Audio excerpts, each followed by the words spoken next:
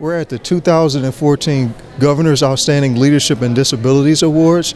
We recognize persons and individuals and other entities that benefits the lives of persons with disabilities. We're proud and honored to host this ceremony because it's very important, because some people focus on the negative stereotypes about disabilities, but we're proud to show the world that people with disabilities have so much to offer, and we celebrate with all of the recipients in this year's award ceremony.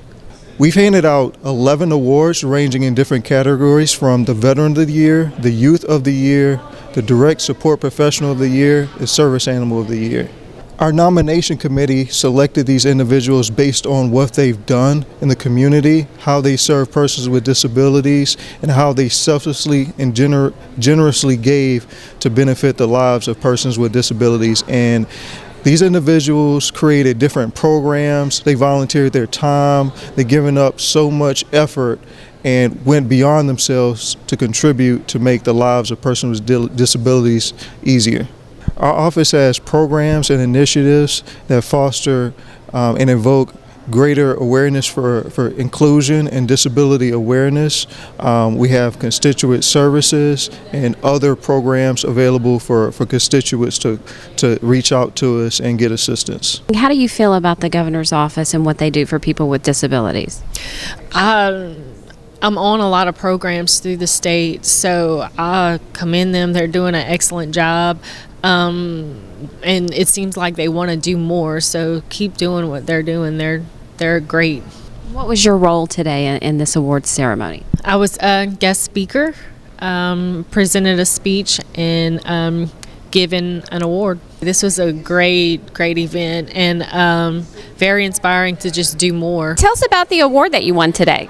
Yeah, I was really amazed because I won the Patsy Barrett Award. I was invited to lunch 2 weeks ago by Paige McCraney, who leads the mayor's committee on disabilities, and she invited me to lunch, and I said, that's just fine. And at the lunch, I saw it wasn't just Paige, it was several other people, and then I was told that I'm getting an award, which has really amazed me. So I'm delighted and excited and surprised that they thought enough of what I've been doing to give me an award. What does the award mean to you? It means that some people recognize that I've been working hard, and just really that what I've been doing has been useful to people.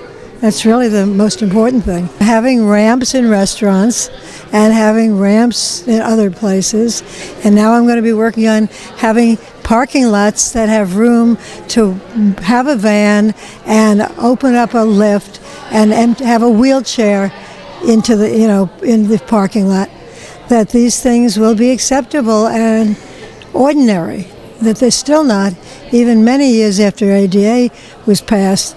These things are still not acceptable, and there are still restaurants that have high steps to the restaurants, and I'm working on it. First off, I'm very humbled. I think it's a great honor, specifically because it was I was nominated by my peers, and it was actually presented to me by the person that nominated me. So to me, I don't see any greater honor that you could have than to win something that your peers feel that you should deserve. We're all humbled. I feel like there are probably thousands of others in the state that could have honestly and easily won this award before I did. But it's quite an honor to represent the many people of Louisiana who should be up here on stage receiving an award like this. It's humbling, I never pursued to win any awards. They always pursue me, and when you win something like that, someone nominates you for an award, it's always quite humbling. I'm just baffled for words. I work for a very supportive agency for individuals with developmental disabilities, and it's just so honoring to be honored for a job that I enjoy doing. It doesn't even seem like a job. I just enjoy the people that I work with, the people that I work for, And I go to work every day just hoping to touch or change a life of the individuals that I serve. And Rest Care is awesome, an awesome agency, and I am so blessed to be one of their employees. And I heard you say a little bit about your family has to sacrifice a little bit because you devote so much time to your work. Tell us about that. Well, I have a 16-year-old daughter, Renatia, and I have a 5-year-old daughter, Angel, who's present. And they're active. My 16-year-old's in cheerleading and band. She goes to Thibodeau High School. And my mom is awesome. Her name's Miss Jean. Everybody affectionately calls her Miss Jean. And she just picks up the pieces. You know, I may get them off to school, but for cheer practice after school, I'm still on the clock working, making sure things are going well in my 2 group homes that I manage, Beaujolais and Jenna Court. And it's an automatic thing. It's almost as if it's my mom's job. Okay, let me make sure Renatia gets to cheer practice on time. Is Renatia home? Is Jill off the bus? Do I give them their evening snacks? She is doing for my kids what I'm able to do for others' kids who are in my group homes. So I greatly appreciate the sacrifice that my mom gives up her time, and my kids, who do not mind me not being there as much for them, so that I can be there for my individuals that I support. So that's the sacrifices that my family makes. And I have awesome staff. I love them. Miss Brenda, Mr. Bobby Boy, they're here with me today. They are awesome. Anything I ask of them to do, it's done. They work with any of my other staff, making sure appointments are ran, the home is done. I can just go on and on and on. I just have such awesome supporting team with Rest Care. Miss Jennifer, I mentioned Miss Jennifer Vath, my executive director. She'll be leaving us. She's retiring to spend more time with her family who's growing up. And we've been together for like 19 years. We've seen each other move up in the company. And I am just kind of emotional with her leaving. But it's a good move, and Miss Tammy Bartate took a little time out to come and enjoy, sharing this recipient of this award with me, and my supervisor, Brandon Adams. Oh my God, he is just my backbone, my support, my listening ear, my sounding board. Put our heads together, okay, this is what we're gonna do, and we get things accomplished for the better of our individuals that we serve. Come as a surprise to me and my family members, and the people that nominated me kept it under wraps because I had another event I'm speaking at today at 6, so I kind of thought they were all getting together for that, and then they bombarded me with this. But it was very, very overwhelming, and I hope I give credit to everyone that was due. And specifically about veterans, tell us what you do to help them. We have a nonprofit. My wife and I started a nonprofit, and we work with the grassroots level of the local veterans. I started off doing fundraisers for the Wounded Warrior Project some years ago, and I had a conversation with the local commanders of Houston that's over the executive in this area, and he said a lot of them are falling through the cracks. Their paperwork hasn't went through, or they're for some reason or other they can't get their paperwork in order, and they're waiting on the VA. So I said, well, send me them. And I thought it would be 2 or 3 or 4, and it ended up being hundreds. So we were blessed that way. We get them until they get their paperwork for their DD-214s. With the military, we help them. We help them through the VA system, and we kind of fill in the gap. If they need help with groceries, clothes, medical expenses, a teeth filled, a car note, we raise the money to do that. And it's just been a blessing. We've had so many people help us. And I see it's kind of a family-involved event. You have your kids and your wife and everything helping you too. Tell us what the kids think about it. Absolutely. My kids are my right arm. My wife, somehow she slipped through my notes. I want to give her the credit. She's my brain. She's the backbone for everything we do. She sets up my speaking engagements. She stays on the phone for hours with Veterans Administration, with social services to help families, disabled vets to get the services they need. My kids have started, my oldest started volunteering at 3 years old. She's now 16. My youngest has done it forever. The money they raise, they bought over 300 wheelchairs with the money they've raised. It's bake sales, and I couldn't be happier. Somehow we've instilled something right in them to want to give back, and they love it. It's not a job to them. They enjoy it. And the guys at our Veterans Home, where I'm blessed to serve on the ancillary committee there as well, they work with each and every vet at the home, and just like having 160 pawpaws and meemaws there. So I'm very blessed that my children love what they do, because we don't force them. Anyone that sees us out in the public, they'll see my kids work for hours, and they enjoy what they're doing. So I'm hoping we did something right and they can instill that on to others and their children one day. So.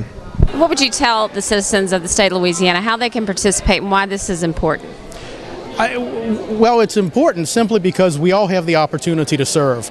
we all have the opportunity to be out in the communities to help, whether it be the elderly or the young children of our community or the handicapped or whoever it may be, especially the veterans, as we celebrated Veterans Day yesterday. There's so many opportunities out there to serve and to simply be a good citizen in the state and to be a good person. If you could spread any message to everyone about how they can help disabled people and things like that, what would you say? To just get out and encourage them and let them know that they can accomplish whatever they set their minds to do. Like I mentioned earlier when I received the award, we're all here to aspire to inspire before we expire. So get out and do everything that you can, and don't let anyone tell you that you cannot do something, because you can. Whatever you set your mind to do, you can do. We can all do something small. When we first started, we didn't know what to do. You know, my oldest daughter cooked some cookies one day, and she said, "Dad, before you speak at the Veterans Home or at the VA event, can I sell some cookies?" And I said, "Yeah." And well, now she's bought hundreds of wheelchairs. You know, so we can all start somewhere with some little bitty thing. You know, I try to tell people when I'm speaking, I'll be speaking today to some high school kids at a library. We can start with the small things. If it's pick up your neighbor's paper at the street if they have a disability, because that walk to the street corner could be Mount Rushmore to them if they have a disability. So they can start with doing that. Taking the trash. Teach your teenage kid to find whoever in the neighborhood needs help. Take their trash back and forth to the road. Small things turn into great things. I want to thank everybody and everyone that can do something. You know, one of the things I was going to say, we all can't do great things. We all can't put on big festivals and big fishing returns, but we can all do little bitty things, and it helps. If you could tell other people with disabilities anything to encourage them, what would you tell them? Don't be afraid to ask for help to get what you want. If you need help, ask for it, and always try. Don't give up. If something's difficult for you to do, be innovative and find a way to get it done, because you can do anything. Just keep on doing what you're doing. I mean, never give up on yourself. You can achieve anything you set your mind to. I mean, the sky is the limit, and you got to keep on striving to get to where you're going, or where you want to be.